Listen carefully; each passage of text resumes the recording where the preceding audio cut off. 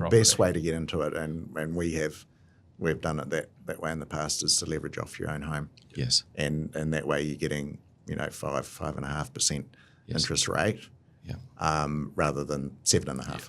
Cool. So it really makes sense if you're buying a commercial property that's yielding 7.5%. Yes. And then your debt is at 5.5% because it's secured against your own home. Right.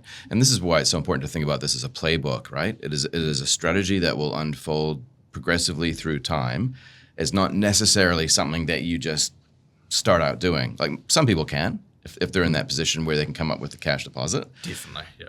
But it is a playbook, right? Because the strategy may be to own your own home first, maybe own a residential property, build up some equity to a point where instead of scaling up your residential, you now leap into commercial by leveraging up there to put that into commercial, and that's like second gear now. Exactly, yeah. We've had so many of our clients, because we help a lot of our own clients get into commercial as well, Yes. as well as our property fund, and both are options to our clients, but that's exactly what a lot of our clients have done to get into the commercial property, and then that starts them, once they're in the commercial property, they start building their portfolios in commercial.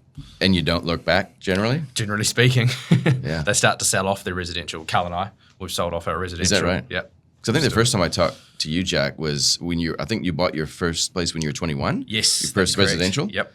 And so you kind of followed this playbook then, didn't you? I have, You yeah. built equity through residential, converted it to commercial, sold off residential. Yeah. Now you're commercial only. Yeah, I still have one block of flats left, but that's it. Okay. So I've sold off all the other residential and just primarily commercial, Good on you. aside from the block of flats. So Okay. And the key thing is you just read every book that you can read on commercial property. Yes. Listen to podcasts like this, and then you start to get that knowledge base before you start to dip your toes in. Yes. And another good way to learn is also buy a couple of shares on a listed company, and suddenly you start learning the language of commercial property. Yes. Because you can read annual reports and start to really understand what you're investing in is the key. Nice.